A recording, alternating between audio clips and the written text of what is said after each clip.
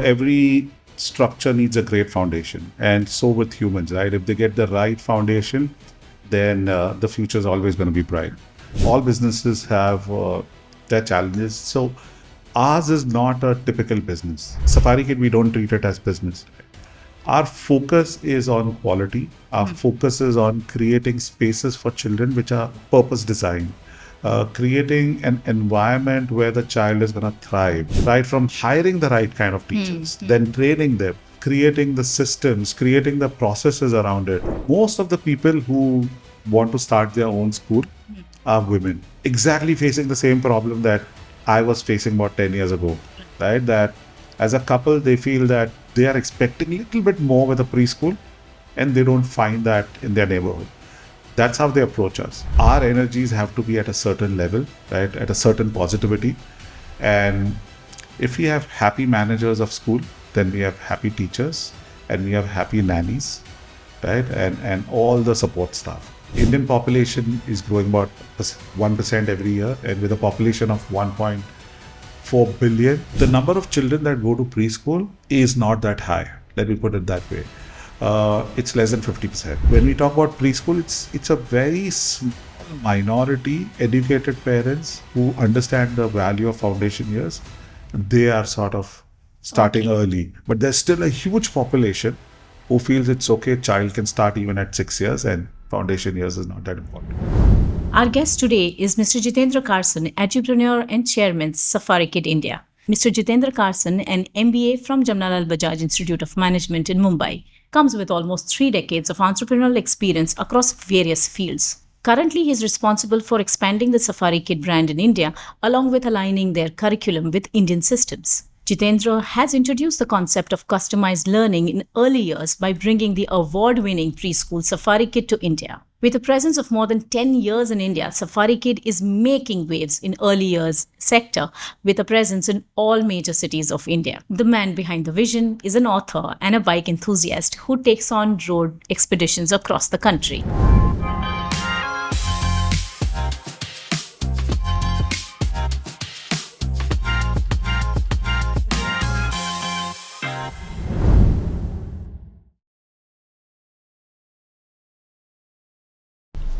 Hello and welcome to Bug Studio. I'm your host, Hetal Rrawal. Today's episode is having a fantastic entrepreneur and a fantastic subject that we're going to cover. You know what's that subject? Early education sector, preschools, toddlers. Ladies and gentlemen, we are talking about the future of India. This entrepreneur is on a mission to build the future of India. Mr. Jitendra Carson, edupreneur and a chairman of Safari Kit India. Welcome to Bug Studio, Mr. Thank you. Carson. How are you doing today? Good. That's wonderful. You're an ad man with tech industry exposure as well. So what brought you to early education sector? See, the rightest way to say is, early years, right? That's the foundation years. Every structure needs a great foundation, and so with humans, right? If they get the right foundation, then the future is always going to be bright. But as I said, that's the rightest answer. Me and my wife both were in the advertising agency. She's a photographer, or was a photographer rather, and I was operating a mid-size ad agency. And when we were pregnant with our second child, that's when we realized that we need to bring more calm and balance into our lives and, not be like rushing like the mad admin. Yeah. So we decided, we were thinking, what should we do? And we sort of recollected that while my daughter was in preschool, and I'm not going to name the preschool, she went to one of the best preschool in South Bombay. And she had certain learning challenges, not dyslexia, bordering on dyslexia, but most children have some learning difficulty or the other, and they grow out of it. Especially when we are introducing alphabets and numbers, they tend to write it in mirror or reverse. And we thought it was very cute, right? My daughter's writing mirrored images, alphabets. But when she came in the first grade, that's when we realized that if there was a early intervention, and if somebody would have told us that this is actually a form of learning problem, we would have done something differently. And throughout her primary years, she had a little bit difficulty coping up with reading and writing. It was challenging for her. Definitely challenging for her.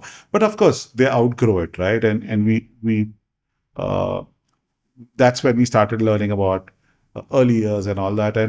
And this is again when my wife was we had just delivered our second child, and we decided why not preschool industry.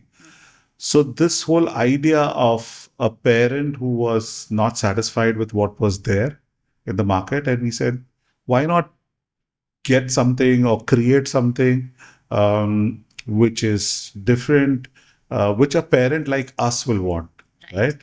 So, and that's how we actually did our research, and we thought Safari Kid, which is a US based chain, and after studying a lot of other competitors in India and abroad, we thought Safari Kit was the best choice, at least for a parent like me. So I said, if not for the world, at least my son will go in the best preschool.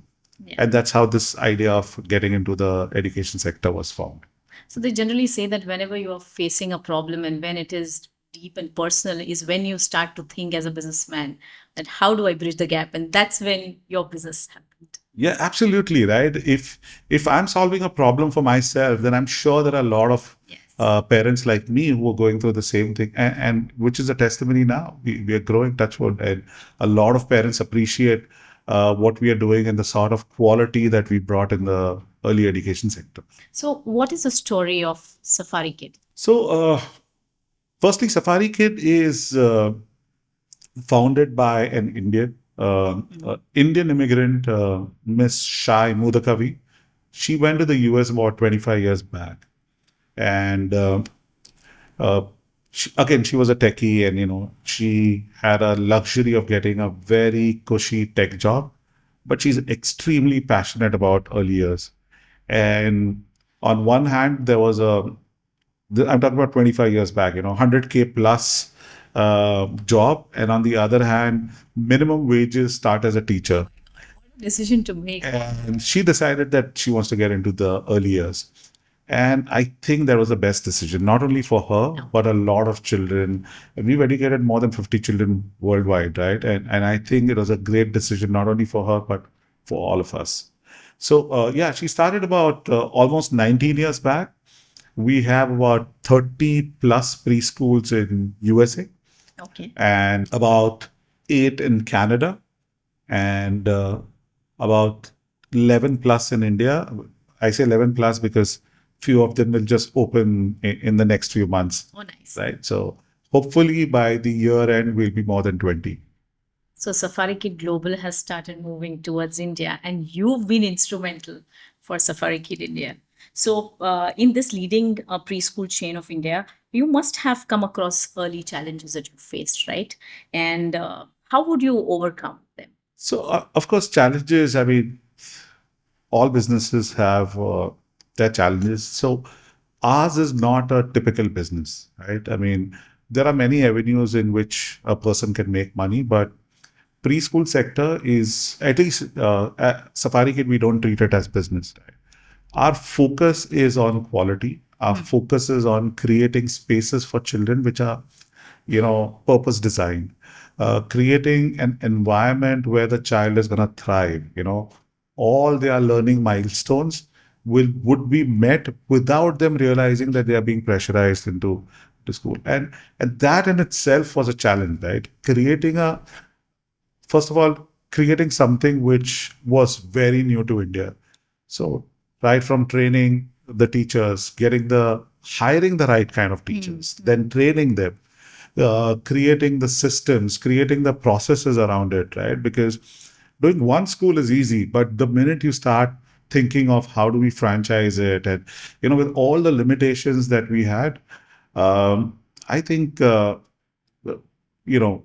we sort of started adding the right team members, the right and experienced people from the industry, from varied backgrounds. So from the tech industry, because I was from the tech industry, getting people from the advertising world so that we can reach out to people and communicate more efficiently, and of course the people who were delivering the service, the right teachers. So first few years actually we spent doing this without franchising. Okay. It's only after the lockdown that we've really started franchising, and we've really got onto a mode where we feel that we are ready now and we can expand more rapidly. So Indian operations prima facie started from scratch and completely your baby, completely your. Uh, yes, I can put it that way, India Ops. See, because the sort of infrastructure, the sort of support system for a franchise-based business or a franchise-based activity in US is tremendous. I mean, their laws are very much defined for both franchisor and franchisee. Um, you know, everything is more structured. In India, we have to sort of build everything from scratch, right? From the what tech will go into talking to the parents, what sort of systems do we have where we would train teachers? So building LMSs, um, parent communication apps. So all these things, of course, needed time, and we had to build it from scratch. Yeah, if we can put it that way. So coming to our next question, which is very valid. How did Team Safari Kid happen, and which is primarily female entrepreneurs? So let us know who are they and how do these kind of people get associated with us? As I said, we just started franchising more aggressively in the last 1.5, 2 years. Uh, Most of the people who want to start their own school are women, right? And they are young mothers, Okay. exactly facing the same problem that I was facing about 10 years ago, right? That as a couple, they feel that they are expecting a little bit more with a preschool, and they don't find that in their neighborhood. That's how they approach us. But again, they are from varied backgrounds. I have people from I mean, if I get them from service industry, it's great. But I have young mothers who've done their MBA, spent some stint with family business, and after they got married, they sort of took a back seat. But the minute they had their first child, and they realized that, what, I need to get back to work. How do I give the best to my child, as well as how do I give the best to the society, right? And the community around them. And that's the typical sort of mom who approach us, that how can I make a difference to my own child in terms of education, and the community that I live in. So mostly business families. Okay. Also women from tech background, sometimes high paying jobs, sometimes high management jobs, who feel that uh, I mean, they all come thinking it's going to be easy, to be very frank. They feel that running a preschool would be much easier, but it has its own challenges. And very quickly, within the first few months, they realize that it's tough but extremely fulfilling, right? So when you finish a hard day at a preschool, you're not tired. You're happy that you did whatever you did, and you're going to make a difference to the children who are in your school. Yeah, right. So how do you incubate them and how do you make their franchising journey pretty easy? As I said, over the last few years, we've created a structure whereby all edupreneur female has to do, women have to do, is they have to just approach us, right? If they are really passionate about making a difference, right from sourcing the property, Okay. building it, hiring teachers, training them, creating the marketing structure for them, making the school known in the community, getting the right sort of enrollments, breaking even, and earning some profit. It's all taken care by us. We train them every step of the way. So there's no point in their entrepreneurial journey where they feel that they've signed up and they don't know how to move forward, right? So we help them every step of the way. So a proper induction, a business model, a structure, a process induction to be done with them, along with the curriculum, everything step by step is basically mentored by you guys, and then they get on board and successfully then run it.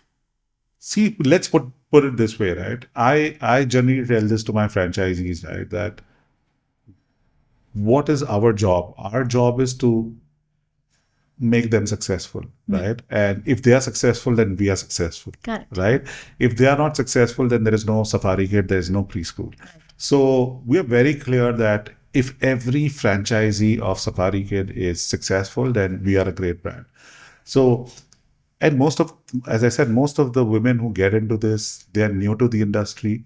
They have a lot of ideas, but and we also encourage those ideas. But we have a set structure and a formula of success, right? Which practically guarantees them that if you follow all the SOPs that we've laid out, you will be successful, right? So yeah, we handhold them until and unless they don't tell us that, you know what, I've got it now, and you guys don't have to bother about us anymore. We are sailing now. Yeah, we are sailing Thanks now. for the help. Yeah, so, Yeah, that's wonderful. yeah. So now let's move to the team corporate Safari Kit. Yeah. How do you cultivate leadership? How do you maneuver around the talent? How do you see to it that, the ethos and the culture is inculcated well? See, I think the biggest reason for success of Safari Kid is that I've been blessed with a great team. Safari Kid wouldn't have been successful if the sort of people who joined hands with me 10 years back, and they've supported me and entire Safari Kid journey. If they were not there, I don't think so we would have been that. And these are all passionate individuals. And we were very clear from day one that we are going to create a culture that we would be happy associating with, right? So I think most people don't leave their jobs. They leave their managers. They leave their bosses. So right. And we were extremely clear about this, that, we've come into a space, and if you're going to create it into I don't want to use corporate in a bad way, but, a very strict corporate right. structure, then I think, those guys wouldn't have left their corporate jobs and joined us, right? So the whole idea is we've created a fun environment, right? Because we're dealing with children. Our energies have to be at a certain level, right? At a certain positivity. And if we have happy managers of school, then we have happy teachers and we have happy nannies, right? And all the support staff. And happiness flows top to bottom, right? Right. So if the top boss is not happy or is angry or doing something which is going to get the energy down, right, then that energy will sort of pass on. Percolate everywhere. Yeah. It'll pass on to the kids as well. So we see to it that the culture is set up in such a way that they don't feel that it's a chore coming to office, right? Yes. They feel like I'm responsible for this center. I'm responsible for the happiness of my team and the children who come away. And of course, parents, right? Parents can read energy when they enter a school much quicker than anyone else, right? So yeah, I mean, we are trying, and so far we've been successful. So fingers crossed, maybe, we'll continue doing this. Very rightly mentioned that a team is an asset, and if you get up in the morning and you feel very motivated to go to where you're going at work, everything that happens is with full power, with full zeal. And yes, you are not working, then you're contributing and you're enjoying it. Absolutely. Yeah. Right? I love the way you put it. Everybody is contributing. Yeah. What about the quality standards, and how do you prioritize it, especially when the preschool networks are now growing, and I believe they're rapidly growing? You just mentioned 11 places you guys are there. It wasn't like 1.5 years, 2 years back we decided let's grow rapidly. We had created the systems. We had created the sort of entire backup and infra in such a way that with our systems and processes, that when we thought and post-lockdown, we thought, we are ready. Lockdown was extremely hard on the preschool sector. Yeah.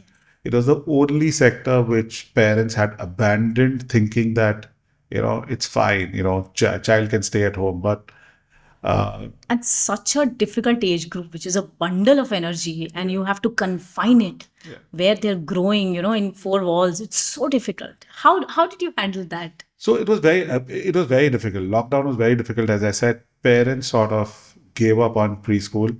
For K-12 or full schools, you can't just revoke admission, right? You have to stay in the school. You have to be part of the system. But for preschool, parents just didn't enroll.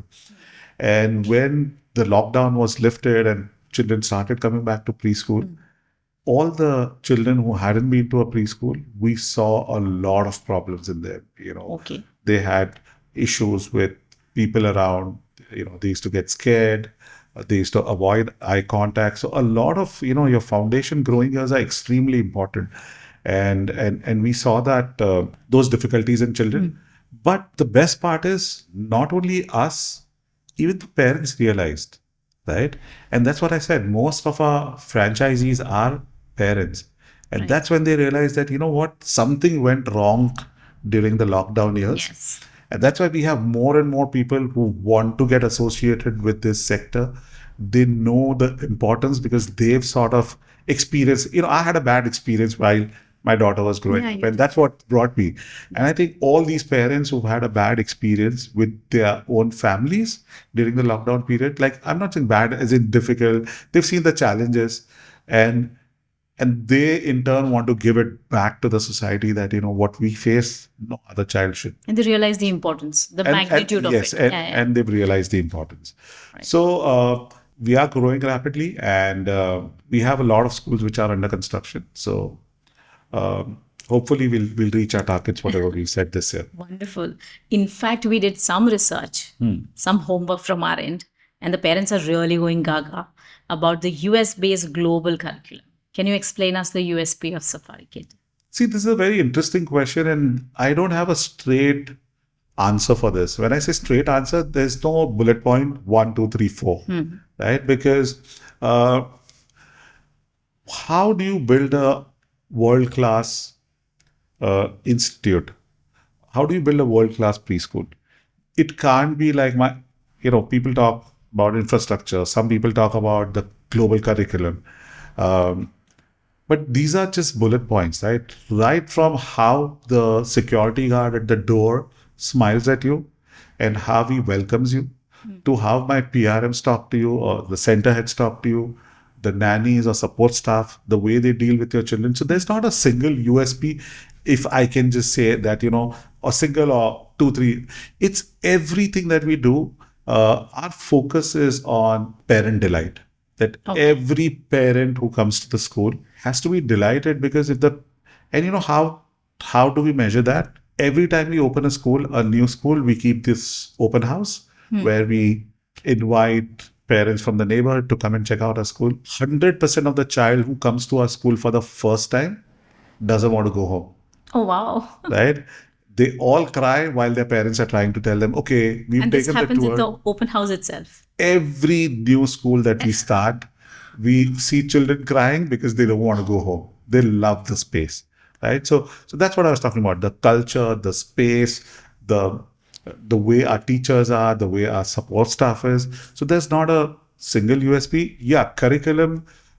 India is very education centric or curriculum centric society. Yeah. So parents do appreciate that apart from all these things, the way the curriculum is set up, it's not like, a single philosophy, it's an eclectic philosophy. So when I say eclectic philosophy, it's a mixture of the top Western classical philosophies like your Reggio Emilia, Montessori, Waldorf, and it's also mixed with some of Indian or Eastern practices, right? Where we put a lot of emphasis on memorizing and, doing mental math. So no, so what I'm saying is children are not mugging up. So it's a mix. It's a perfect mix of activities or stuff which children are doing whereby they're using the creative side, and also we are helping them to sharpen their minds, make their memories much more, because ultimately we don't have a choice where the child is going to go. It's the parents' choice. Some parents want to put them in CBSE, some of them want to do IB. We are perfectly aligned with IB. We are perfectly aligned with IGCSE, but finally it's parents' choice. We've had children who've gone to CBSE where the focus is on memory skills, right? Okay. And children have coped up in both sort of philosophies, right? Because we only cater till kindergarten, and after that we have to educate the child, or we have to create the foundation in such a way that child can easily adapt to whatever new system that they're moving on. System that they're gonna Right, good. right. Which is where we highlighted the point that these millennial parents do their research, try to find what different types of systems are, and pretty much quite a few of them ended up saying that such a traditional setup of it. So early days, let me send my child to a curriculum which they have identified. And you very rightly mentioned the kind of different exercises, the kind of different methods of memorizing and all, which are so different to the normal mugging that they do. And this is going to be a stepping stone and a very important milestone for a child. So, very rightly put. Okay, coming to our next question. The future of early childhood education is evolving. So, how do you see the future of early childhood education evolving, and what would be the opportunities for Safari Kid here? Early childhood space is growing by at least 15 to 18% CAGR year on year. And and that's the sort of prediction in public domain till about 2032, right? And that's market pretty much growing pretty rapidly. So a lot of opportunities not only for schools like us, which are slightly on the expensive side, but also education preschool sector in general, because Indian population is growing about 1% every year, and with a population of 1.4 billion, there are a lot of children being born in this country and across different geographies, across different demographics, right? So a lot of opportunity in the preschool sector itself. I think with the new NEP, what the government has brought in, and where they've given a lot of emphasis on foundation years, they've clubbed the foundation years from nursery to grade 2, right? Okay. So again, in terms of just the size of what a preschool or a foundation school will give, that has expanded as well. So, it is nursery to grade 2, which falls under this. Under foundation years, right? And that's what the new NEP says, and people are still working on it, how to sort of combine it.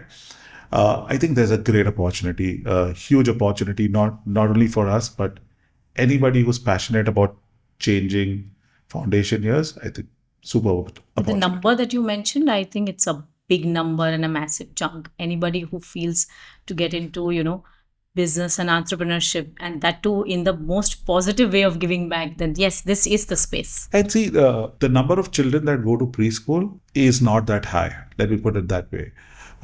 It's less than 50%. Okay. And every year, more and more parents are realizing, and this is across demographics, right? Where parents feel it's okay, my child can start a little late. It's when we talk about preschool, it's a very small minority educated parents who understand the value of foundation years. They are sort of starting early, but there's still a huge population who feels it's okay, child can start even at 6 years, and foundation years is not that important. How does that trouble? Because you very rightly mentioned the way we've been discussing that it's very imperative for a child in the early days until the child becomes 6 years, 7 years, and 8 years is when this kind of an education is required. So, how do you feel that would it be still possible for parents to still not send, or it's really impacting their education? See, again, there's enough data, and don't have to believe whatever I say. People can Google it themselves. Yeah. That every dollar that a country spends on early years, it comes back at least 10 folds back into the economy. Right? There's enough data which says that a child who's had great foundation years, they will have very easy time. They'll love doing higher education, because creating that love for education at a young age, and that's something that we are striving hard to bring in our curriculum, right? And I think we have sort of successfully blended into our curriculum when we design our spaces, that every child who comes to the school shouldn't feel that they're coming to study. They should feel that they are coming here to play, and all education happens through play at this age, right? And the more children go to preschool, the more likely they are that they're not going to drop out in high school. Okay, in that manner. What would be the advice you would be giving to the aspiring entrepreneurs? When people approach us and they say that I want to start my own school, and how can Safari Kid help us? The first thing I sort of ask them, that why do you want to start the school? If it's about, we've read that early years of preschool, the ROI is much better, or, it's easy. So, I always tell them, if you're not passionate about what you're going to do, if you're not here to make a difference to each and every child that is enrolled with you, don't do this, because you can probably make more money in stock exchange or, QSR chain, right? Start your own restaurant chain. This is a very hard sector. Hard not from any other perspective, but hard as in there's a lot of emotional investment that you have to do. And if you're not ready to do that emotional investment, monetary investment, as I said, there are a lot of brands, there are a lot of chains. You can start investing right from 10 lakh, you can start a school going up in crores, right? So money is something that, depending upon where you are in your life, you can bring forth that money. What people fail to bring is the emotional connect, right? Or the emotional investment. And if you're ready to give the sort of passion, emotion, and the belief that I'm really going to change the way this sector is, then come into the sector. If you're only worried about ROI, Numbers and then growth, just stay away. then stay away. Yes, yes. Because this is a great responsibility. So it's necessary that that burning desire is there. Yeah, I mean, if you're not, because as you know, we discussed that this is foundation years. Yeah. If you're gonna spoil, or if you're not gonna pay attention at foundation years, you're setting up the child to fail. But if you're passionate, if you truly believe that I'm here to create a great foundation for the child, and again, it's just 3-4 years, right? But those 3-4 years are gonna be the most important years of that child's life. So if you can do that, most welcome. Call us. We will help you in setting up the school. But if you can't bring that, I mean, then just stay away from the industry. Right. Qualitative profitability, not quantitative. Yeah, definitely. Right. Tell us something about your ambitious mission of 50. See, Mission 50 actually started as a joke, right? I'm gonna turn 50 in a few years, Okay. and some of my old team members who've been working with me for last 10 years, they were like, "What do you want on your 50th birthday?" And I said, "Can we do 50 schools?" And they said, "Okay, let's make it Mission 50, right?" So the idea is that we are attracting the right sort of people. I think by this year end will be 20 plus schools, as I said earlier.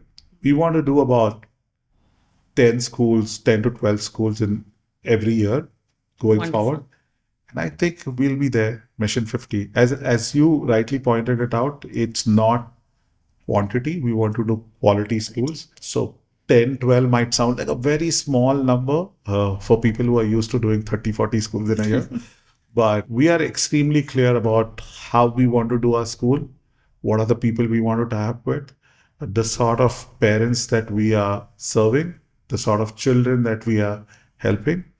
So yeah, it's a conservative number. It's not very aggressive, considering all the other chains and what they've achieved.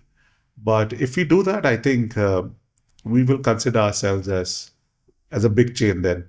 Extremely impressed by your mission of 50. And Mr. Carson, your team has been so methodical in this particular journey. It looks like this is not impossible. This is going to happen for sure. And all the very best for that. Fingers crossed. Yeah. So now we're coming to a very light-hearted round. It's called rapid fire. Okay. I'm going to throw you. Am I going to get a hamper or something at the end of this? Yeah, the hamper is going to be a lot of love from our viewers and our audience. And yes, you would too. Awesome. So our first question. Are you ready for it? Sure. Okay. If you could go back and give yourself one piece of advice to the young Mr. Carson when you started your entrepreneurial journey, what would it be? It's going to be tough, but you're going to develop the skin to go through it, right? I think sometimes when the going gets tough, we have a moment of self-doubt, but eventually everything works out. So yeah, I mean, I would just go and tell, it's going to work out. Don't worry. Hang on. Hang on. Right. Your role model, a person you look up to? Definitely my mom and dad, right? They come from a very, very humble beginning, right? The sort of sacrifices they've done to give us whatever they could, the struggles they've gone through. I think I have not even faced 50% of their struggle. So, I mean, I always put myself in their shoes and I tell myself, if they could do it with so little means, then surely they've given me so much. I can't be thinking that I can't do it or, it's difficult. So they're my role models. Oh, so Love you, lovely. mom and dad. So lovely. Outside of work, what are your hobbies and activities that keeps you recharged? So my friends call me little AD, hyperactive, you know, uh, I don't look hyperactive, but I keep jumping from one hobby to the other. Okay. I love to write. I I'm a failed musician, so started in college with music. I love to ride my bikes. So whenever I get a little free time, I'm going up some hill or some beach on my motorcycle. So those are the things that keep me alive and going. Pumped up with a Yeah, lot of totally. energy. Yeah. Nice. So there are three B's when it comes to Jitendra Carson and Mr. Carson: books, bike, business. Yeah. Tell us something. I recommend reading to everybody. I meet people who say, oh, we don't read, we don't find reading interesting. I recommend books to everybody. I read about minimum 12 books a year, Wow. going up to 24 books a year, right? So 2 books in a month is something that I do That's like. quite a target, especially with this kind of a busy business that you're handling. Yeah, so you have to give up on something. I don't go to the gym, so I save about 2 hours there. So spend those 2 hours reading, right? I mean, books, yeah, I mean, it takes you to a different world. So I read all kinds of books. I read fiction, I read philosophy, I read business books, right? And I generally read 2 books at a time. So one would be for fun and one would be just academic. And that's how I enjoy my books. Bikes, I don't ride it as much as I used to ride. So I do a couple of Lonavala or Mathiran rides. That's about it, right? I mean, I can't really disappear now for 10, 12 days on the bike. But you used to, Maybe right? I used to, Yeah. but I can't do it anymore. Hopefully, once I'm done with Mission 50, I'm going to gift myself that That's gonna and be disappear for 20 days somewhere on the bike. that would be wonderful Yeah. gratitude. How about business? As I said, I don't treat this as business. We feel that we are blessed to be in a sector like this, right? High profitability is something that is not the goal of Safari Kit. The goal of Safari Kit is how do we touch upon the lives of every child and every parent that who enrolls with us. There's enough money. I don't know what is enough. Some people say 100% ROI and 200% ROI, and we don't believe in all that. Right? We believe that things should make economic sense, and so far, I think it makes a lot of economic sense to whoever's sort of join hands with us. Okay. And to the most important question, what legacy do you hope to leave through your contributions to early childhood education in India?